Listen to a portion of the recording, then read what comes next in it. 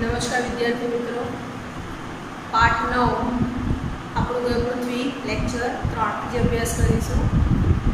એક ખાસ નોંધ વિદ્યાર્થી મિત્રો, અગાઉના લેક્ચરમાં આપણે પૃથ્વી વિશે સમજણ મેળવી હતી અને એમાં ઉલ્કાની આપણે ચર્ચા કરતા હતા ત્યારે મારાથી એક શબ્દ ખોટો બોલાઈ ગયો હતો। મહારાષ્ટ્રનું કોઈના સરોવર એની જગ્યાએ હું સૌરાષ્ટ્રનું કોઈના સરોવર બોલી હતી, એટલે માફ કરજો, એ તમે સુધારી લેજો। હવે આજે આપણે પૃથ્વી પર આવેલા અલગ અલગ વૃત્તો અને કટિબંધોની ચર્ચા કરીશું। સૌથી પહેલા જોઈએ, આપણે સૌથી પહેલા જોયું કે પૃથ્વી પર આડી દોરેલી કાલ્પનિક રેખાઓને અક્ષાંશ કહે છે, જેમાં સૌથી મોટો અક્ષાંશ બિંદુ હોય તો તે વિષુવવૃત્ત છે, બરાબર। તો જોઈએ આપણે કે પૃથ્વીના મધ્ય ભાગમાંથી વિષુવવૃત્ત પસાર થાય છે, તેના રેખાંશ છે 0°। એવી જ રીતે વિષુવવૃત્તની ઉત્તરેથી આડી એક ઉત્તક રેખા પસાર થાય છે, જેના અક્ષાંશ છે 23.5 ઉત્તર અક્ષાંશ। આપણે ચર્ચા કરી હતી ને કે ઉત્તરમાં જેટલા બી અક્ષાંશ હશે ને એની પાછળ અ લખાશે, દક્ષિણમાં જેટલા અક્ષાંશ હશે એની પાછળ અ લખાશે, એટલે કે દક્ષિણ અક્ષાંશ। વિષુવવૃત્તની ઉત્તરે આવેલી ઘાટી રેખા એને કહેવાય છે કર્કવૃત્ત। વિદ્યાર્થી મિત્રો, આ કર્કવૃત્ત ભારત દેશમાંથી પસાર થાય છે, ભારત દેશના ગુજરાત રાજ્યમાંથી પસાર થાય છે અને કચ્છ, પાટણ, મહેસાણા, ગાંધીનગર, અરવલ્લી વગેરે જિલ્લાઓમાંથી પસાર થાય છે। પછી જે વિષુવવૃત્તની દક્ષિણે એક આડી રેખા આવેલી છે, જેને કહેવાય છે મકરવૃત્ત, જેના અક્ષાંશ છે 23.5 એની પાછળ લખાય છે કારણ કે દક્ષિણ અક્ષાંશમાં આવેલી છે એટલા માટે। એ જ રીતે કર્કવૃત્તની ઉત્તરે હજી એક આડી રેખા પસાર થાય છે, જેને કહેવાય છે ઉત્તર ધ્રુવવૃત્ત, જેના અક્ષાંશ છે 66.5 ઉત્તર અક્ષાંશ। તેવી જ રીતે દક્ષિણમાંથી મકરવૃત્તની પણ એક આડી રેખા પસાર થાય છે, જેને કહેવાય છે દક્ષિણ ધ્રુવવૃત્ત, જેના અક્ષાંશ છે 66.5 દક્ષિણ અક્ષાંશ। હવે અહીંયા જે બે ટપકા આપે છે ને એ દક્ષિણ ધ્રુવ અને ઉત્તર ધ્રુવ તરીકે ઓળખાય છે। આના અક્ષાંશ છે આના પણ અક્ષાંશ। તો વિદ્યાર્થી મિત્રો, ફરી એક વખત આપણે રિપીટ કરી લઈએ। મેં પહેલેથી જ ગોળ દોરી રાખેલું કારણ કે આપણે સમયની બચત થાય એટલા માટે। તમને આકૃતિ બરાબર દેખાતી નહીં હોય કારણ કે મેં અત્યારે રેગ્યુલર જ દોરી છે એટલા માટે। સૌથી પહેલા આપણે જોઈ લઈએ પૃથ્વીના મધ્ય ભાગમાંથી પસાર થતી આડી રેખા જે વિષુવવૃત્ત તરીકે ઓળખાય છે। આ વિષુવવૃત્ત જે 0 અક્ષાંશ તરીકે ઓળખાય છે। વિષુવવૃત્તની ઉત્તરે જઈએ તો કર્કવૃત્ત 23.5 ઉત્તર અક્ષાંશ પર આવેલી આડી રેખા છે। મકરવૃત્ત જે વિષુવવૃત્તથી દક્ષિણે આવેલી છે એ પણ 23.5 અક્ષાંશ એટલે કે દક્ષિણ અક્ષાંશ પર આવેલી છે। દક્ષિણ ધ્રુવવૃત્ત જે મકરવૃત્તની નીચે 66.5 અક્ષાંશ ઉપર આવેલી છે। તેવી જ રીતે કર્કવૃત્તની ઉપર ઉત્તરમાં ઉત્તર ધ્રુવવૃત્ત આવેલું છે, જે 66.5 ઉત્તર અક્ષાંશ પર આવેલું છે। તો પૃથ્વી પર આ 5 વૃત્તો આવેલા છે। હવે જોઈએ અહીંયા સૂર્ય હું તમને દોરીને બતાવું છું તો તમને આઈડિયા આવશે થોડો ઘણો। સૂર્ય અહીંયા મેં નાનું દોર્યું છે સમજણ માટે। તો સૂર્યના સીધા કિરણો વિષુવવૃત્ત, કર્કવૃત્ત અને મકરવૃત્ત પર પડે છે। પછી તમે જો વિદ્યાર્થી મિત્રો, અહીંયા સૂર્યના કિરણો કેવા પડે છે? ત્રાંસા। કેવા પડે છે? ત્રાંસા। મોટો સૂર્ય દોરીએ તો પણ સૂર્યના કિરણો કેવા પડશે? ત્રાંસા। હવે કર્કવૃત્ત, વિષુવવૃત્ત અને મકરવૃત્ત પર સૂર્યના કિરણો સીધા પડે છે, એટલે અહીંયા ગરમી કેવી છે? વધારે। સૂર્યના કિરણો અહીંયા સેલ ત્રાંસા પડે છે, અહીંયા પણ સેલ ત્રાંસા પડે છે, એટલે અહીંયા ગરમી અને ઠંડીનું પ્રમાણ કેવું છે? સરખું. અને અહીંયા સૂર્યના કિરણો અત્યંત ત્રાંસા પડે છે, એટલે સૂર્યનો પ્રકાશ મળતો નથી, એટલે અહીંયા સખત ઠંડી પડે છે. ખ્યાલ આવ્યો? હવે આપણે બીજી આકૃતિ જોઈએ.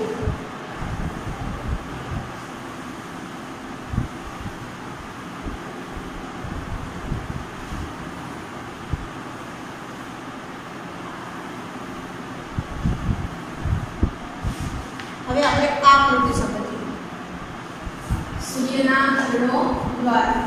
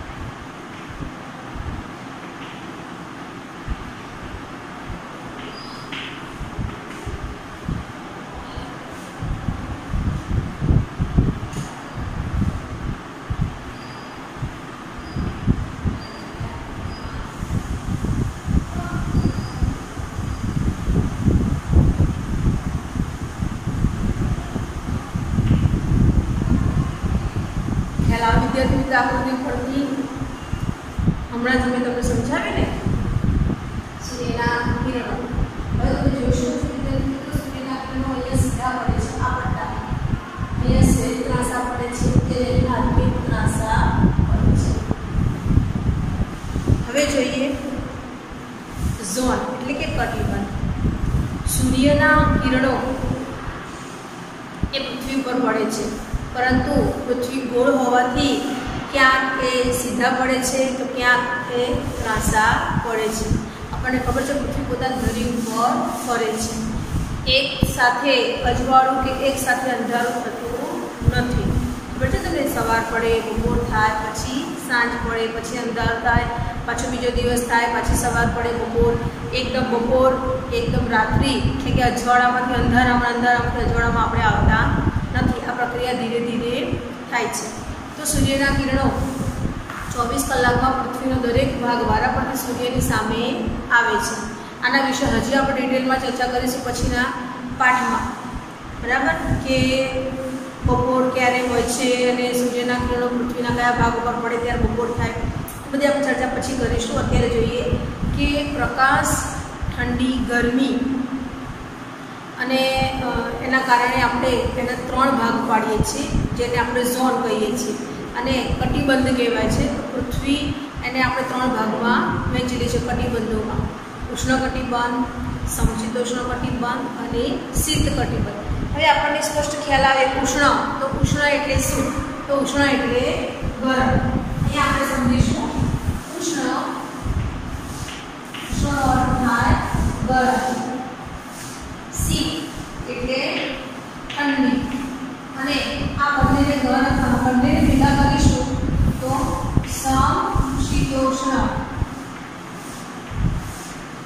તો સમ એટલે સરખું, શીત એટલે ઠંડુ, ઉષ્ણ એટલે ગરમ. તો જ્યાં ઠંડી અને ગરમી સરખી છે એ વિસ્તારને કહેવાશે સમશીતોષ્ણ.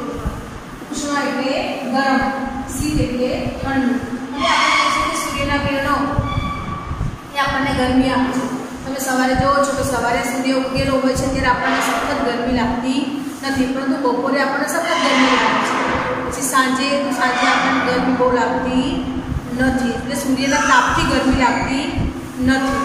તો જોઈએ કે જ્યાં સૂર્યના કિરણો સીધા પડે છે તે વિસ્તાર એટલે કે વિષુવવૃત્ત અને તેની આસપાસનો વિસ્તાર, એટલે કર્કવૃત્તથી લઈને મકરવૃત્ત સુધીનો વિસ્તાર. ત્યાંથી કર્કવૃત્તથી લઈને મકરવૃત્ત સુધીનો વિસ્તાર એને શું કહેવાય છે?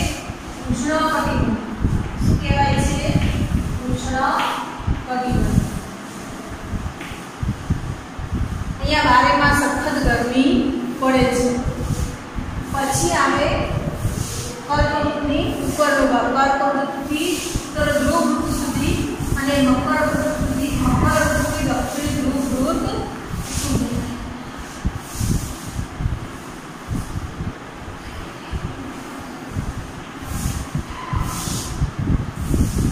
તો આને કહેવાય સમશીતોષ્ણ કટિબંધ. કહેવાશે સમશીતોષ્ણ કટિબંધ.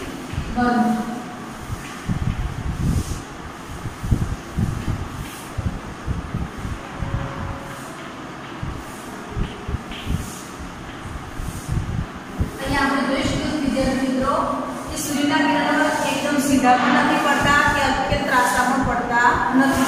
એટલે અહીંયા ઠંડી અને ગરમીનું પ્રમાણ કેવું છે? સરખું છે. ઠંડી અને ગરમીનું પ્રમાણ એટલે કે સરખું છે. એટલે મકરવૃત્તથી દક્ષિણ ધ્રુવવૃત્ત સુધીનો વિસ્તાર અને કર્કવૃત્તથી ઉત્તર ધ્રુવવૃત્ત સુધીનો વિસ્તાર એ સમશીતોષ્ણ કટિબંધ તરીકે ઓળખાય છે.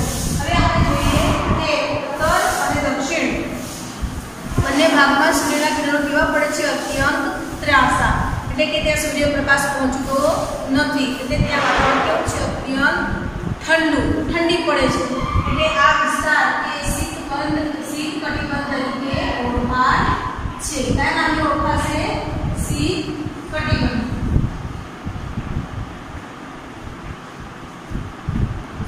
શીત એટલે ઠંડુ. દક્ષિણ ધ્રુવવૃત્તથી દક્ષિણ ધ્રુવ સુધીનો વિસ્તાર એટલે શીત કટિબંધ.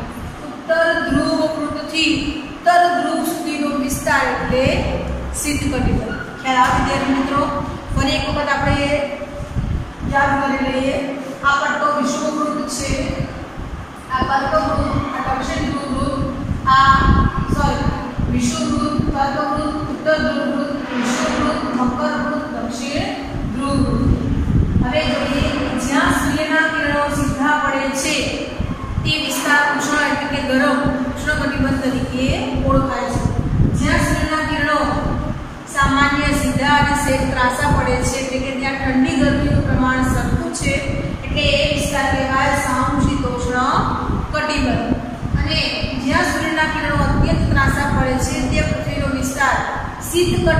શીત કટિબંધ તરીકે ઓળખાય છે. તો આમ આપણે પૃથ્વીને ઠંડી, ગરમી અને પ્રકાશને કારણે 3 કટિબંધોમાં વહેંચી છે. હવે તમે જોઈ શકો છો સમશીતોષ્ણ કટિબંધ એ પૃથ્વીનો સૌથી વધારે વિસ્તાર ધરાવે છે. આપણો ભારત દેશ પણ સમશીતોષ્ણ કટિબંધમાં આવેલો છે. ખ્યાલ આવે વિદ્યાર્થી મિત્રો અહીંયા તમને? સરસ. હવે જોઈએ આપણે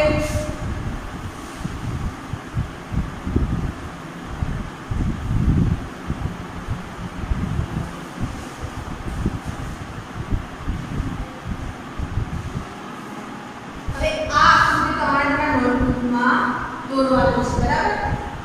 પણ અત્યારે દોરવાની હું તમને દોરેલી આકૃતિ મોકલાવીશ, એમાંથી જોઈને તમારે નોંધ પણ લખવાની છે અને આકૃતિ પણ દોરવાની છે. અગાઉ આપણે ચર્ચા કરી હતી કે પૃથ્વી પોતાની ધરી ઉપર ફરે છે અને એને પોતાની ધરી ઉપર ફરતા કેટલો સમય લાગે છે? 24 કલાક. કેટલો સમય લાગે છે? 24 કલાક. હવે આ જ આકૃતિમાં આપણે સમજણ મેળવીએ. પૃથ્વીના મધ્ય ભાગમાંથી એક રેખા પસાર થાય છે. આ રેખાને કહેવાય પ્રકાશ બિંદુ. શું કહેવાય? પ્રકાશ બિંદુ. આ પ્રકાશ બિંદુ એ પસાર થાય છે એટલે જો અહીંયા એક ભાગ રાત, બીજો ભાગ દિવસ. જ્યાં સૂર્યનો પ્રકાશ મળે છે, માનો કે અહીંયાથી સૂર્યનો પ્રકાશ મળે છે એટલે આ વિસ્તાર બની જાય દિવસ, આ બને રાત. પૃથ્વીના ગોળાની મદદથી અગાઉના લેક્ચરમાં પણ સમજાતા એટલે ફરી રિપીટ કરી લઈએ કે પૃથ્વીના જે ભાગ ઉપર સૂર્યનો પ્રકાશ પડે છે, અજવાળો મળે છે, તે વિસ્તાર દિવસ અને એની પાછળ એટલે કે વિરુદ્ધ દિશા ત્યાં રાત્રિ અનુભવાય છે. તો આમ દિવસ રાત થાય છે. હવે તમને ખબર હશે કે દિવસ રાત લાંબા ટૂંકા પર થાય છે. તેનો અર્થ શું કે આપણે 12 કલાકનો દિવસ, 12 કલાકની રાત્રિ. તો શું 14 કલાકનો દિવસ થઈ જાય? તો 12 પછી 13 ને 14 ફરી 1 થી 10 આવે? તો ના વિદ્યાર્થી મિત્રો. લાંબો દિવસ અને ટૂંકી રાત એ આપણે સમજીએ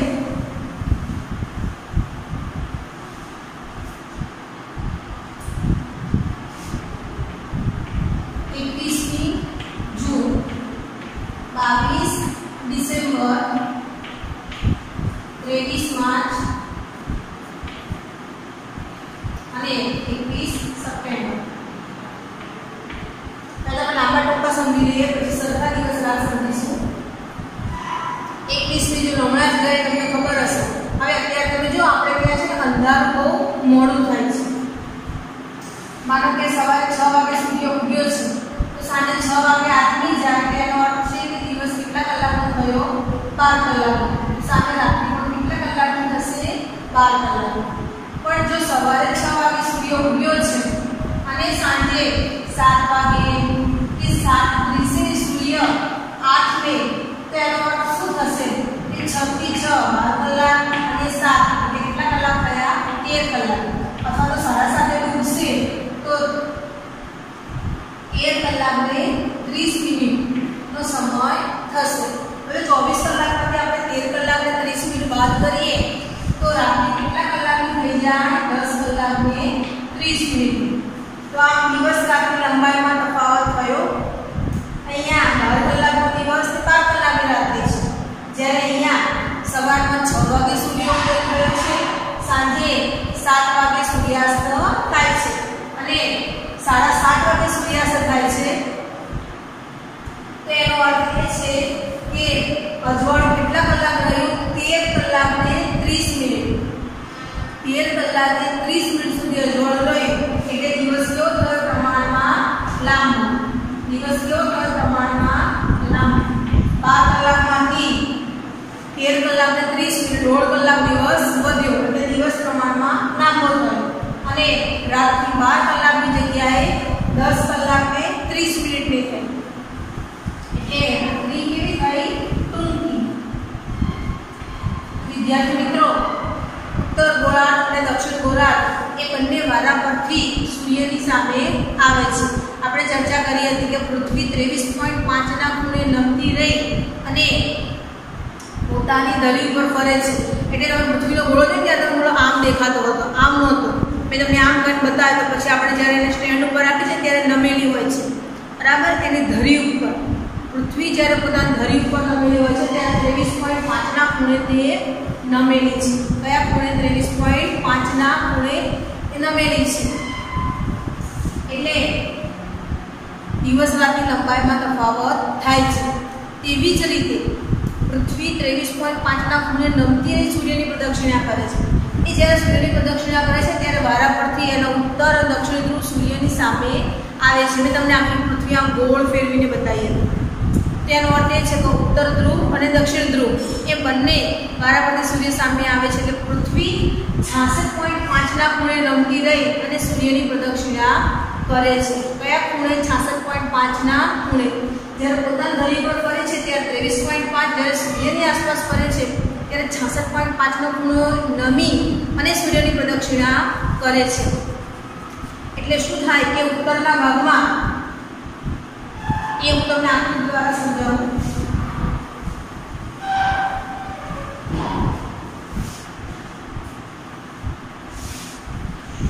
હવે આ પૃથ્વી છે, આ એનો ઉત્તરનો ભાગ અને આ એનો દક્ષિણનો ભાગ. બરાબર છે.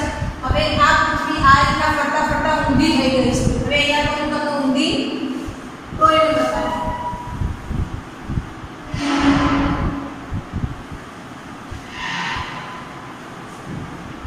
એ સૂર્યની આસપાસ પ્રદક્ષિણા કરતા કરતા હવે જો તમે અહીંયા જોઈ શકો છો આ સૂર્ય છે. હવે પૃથ્વી જ્યારે પ્રદક્ષિણા કરે છે ત્યારે એનો આ ભાગ સૂર્ય સામે આવે છે. કયો ભાગ? ઉત્તર ગોળાર્ધનો ભાગ. હવે જ્યારે ઉત્તર ગોળાર્ધનો ભાગ સૂર્ય સામે આવે છે ત્યારે અહીંયા સતત અજવાળું જોવા મળે છે. એટલે નોર્વેમાં રાત્રે 12 વાગે પણ સૂર્ય આથમતો નથી. 12 વાગે પણ સૂર્ય ત્યાં જોવા મળે છે. એટલે એનો અર્થ એ છે કે મધ્યરાત્રિના સૂર્યનો દેશ કહે છે. અહીંયાથી અહીંયા સુધી 6 મહિના સુધી અજવાળું જોવા મળે છે. હવે આ એક વિરુદ્ધ ભાગ ત્યાં છે. એટલે અહીંયા શું જોવા મળે? અંધારું. એટલે એન્ટાર્કટિકા ખંડમાં 6 મહિના દિવસ અને 6 મહિના રાત્રિ જોવા મળે છે. હવે આ ઉત્તર ભાગ છે. જો અહીંયા 24 કલાકનો દિવસ હોય તો એનો અર્થ એ છે કે અહીંયા પણ સૂર્યપ્રકાશ કેવો મળશે? વધારે. કેવો મળશે? વધારે. તો અહીંયા 24 કલાકનો દિવસ હશે તો અહીંયા 14 કલાકનો દિવસ હશે. જ્યારે અહીંયા 12 કલાકનો દિવસ હશે, અહીંયા 10 કલાકનો હશે અને અહીંયા 24 કલાક શું હશે? અંધારું. એટલે 24 કલાક અહીંયા અંધારું થશે, 14 કલાક અહીંયા અંધારું થશે અને અહીંયા દિવસ રાત કેવા હશે? સરખા. આ ઘટના ક્યારે બને છે? તો 21મી જૂન. 21મી જૂને આ બધો ભાગ ઉત્તર ગોળાર્ધ છે અને દક્ષિણ ગોળાર્ધ છે. 21મી જૂને આ ઘટના બને છે. 21મી જૂને ઉત્તર ગોળાર્ધમાં લાંબામાં લાંબો દિવસ છે. કેવો દિવસ છે? લાંબામાં લાંબો દિવસ. એટલે દિવસ લાંબો કેવી રીતે?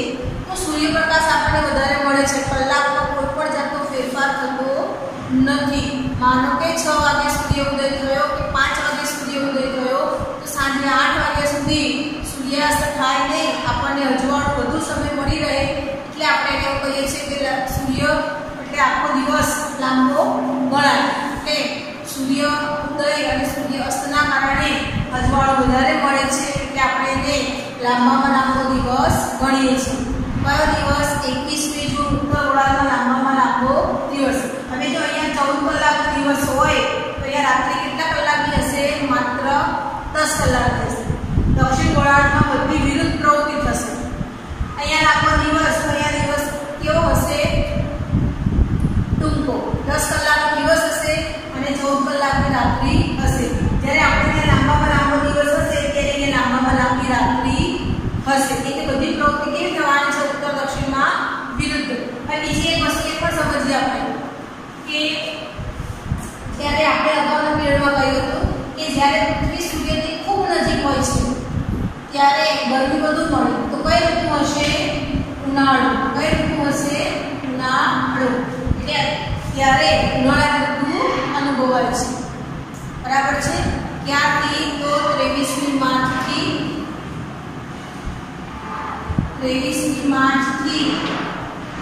21મી જૂન સુધી ઉત્તર ગોળાર્ધમાં ઉનાળાની ઋતુ અનુભવાય છે. કઈ ઋતુ અનુભવાય છે? ઉનાળાની.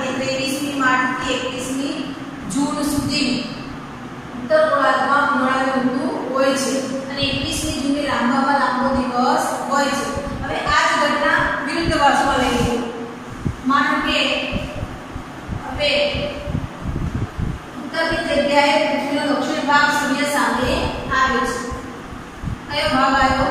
દક્ષિણ ભાગ.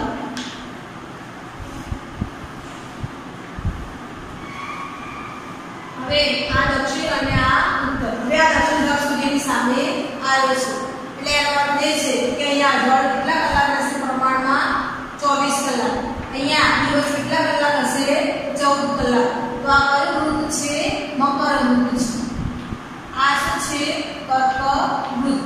એનો અર્થ કર્ક ઋતુ પર અંધારું હશે. કર્ક ઋતુ પર પણ અજવાળું હશે પણ કેટલા કલાક? 10 કલાક. આ વિષુવ ઋતુ પર શું હશે? 12 કલાકનો દિવસ અને 12 કલાકની રાત્રિ. જ્યારે અહીંયા શું હશે? 24 કલાક અંધારું. એટલે આખા પટ્ટામાં નહીં હોય, આટલા પટ્ટામાં જ હશે. બરાબર? 24 કલાક અજવાળું અહીંયા હોય તો આટલા પટ્ટામાં 24 કલાક અંધારું હશે. જ્યારે અહીંયા જેમ કે 10 કલાક, 12 કલાક, 14, 16, 18, 20, 22, 24 એ રીતના હશે. આખા પટ્ટામાં અંધારું પણ હશે નહીં. કારણ કે પૃથ્વીનો ઉપરનો ભાગ નાનો એ ગોળ છે એટલે બધી જગ્યાએ એક જેવી ક્રિયા થતી હશે નહીં. એવી જ રીતે અહીંયા 24 કલાક અજવાળું છે તો અહીંયા 20 કલાક, 22 કલાક હોય એ રીતના. જ્યારે મકર ઋતુ પર 14 કલાક અજવાળું રહેશે.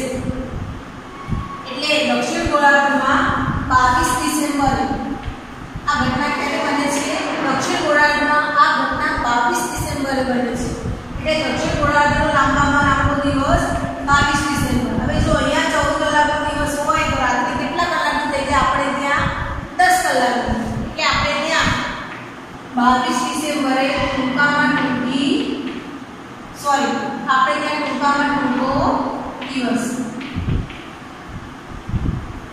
અહીંયા 10 કલાકની રાત્રિ થશે અને 14 કલાકનો દિવસ. જ્યારે આપણે ત્યાં 10 કલાકનો દિવસ અને 14 કલાકની રાત્રિ અનુભવાશે. એટલે આપણે કર્ક ઋતુ ઉપર 22મી ડિસેમ્બરે ટૂંકામાં ટૂંકો દિવસ અને 21મી જૂને લાંબામાં લાંબો દિવસ જોવા મળે છે.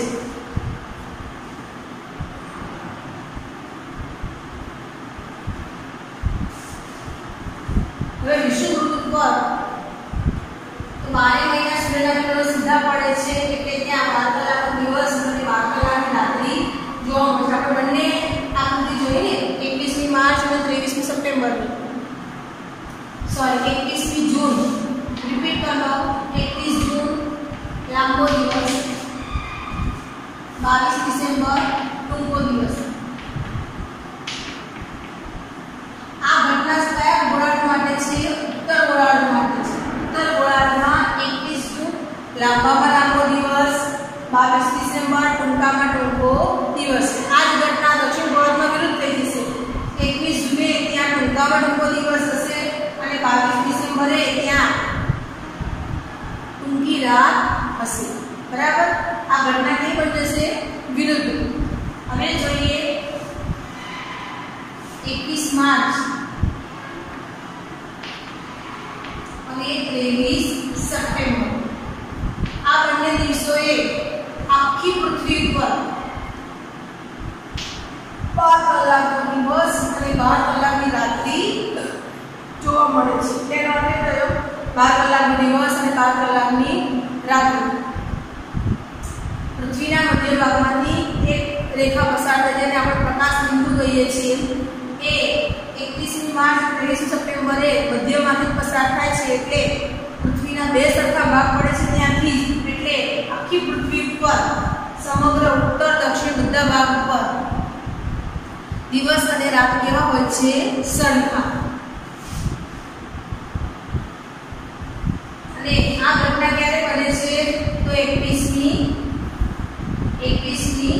જૂન અને 22 ડિસેમ્બરે દિવસ રાતની લંબાઈમાં તફાવત થાય છે. આ રીતે આપણે સમજી શકીએ. માનો કે 21 માર્ચ છે. અહીંયા દિવસ કેટલા કલાકનો થયો? 12 કલાકનો. પછી દિવસનું પ્રમાણ કેવું થશે? ધીમે ધીમે વધશે. હવે જૂન મહિનો આવી ગયો ત્યાં દિવસ કેટલા કલાકનો થઈ ગયો? 14 કલાકનો થઈ ગયો. ત્યારે 21મી જૂને. હવે દિવસ 14 કલાકનો થયો છે. પાછો દિવસ પ્રમાણમાં કેવો થશે? થોડો નાનો થશે. અને ફરી 23 સપ્ટેમ્બર આવશે એટલે દિવસ કેટલા કલાકનો થઈ જશે? પાછો 12 કલાક.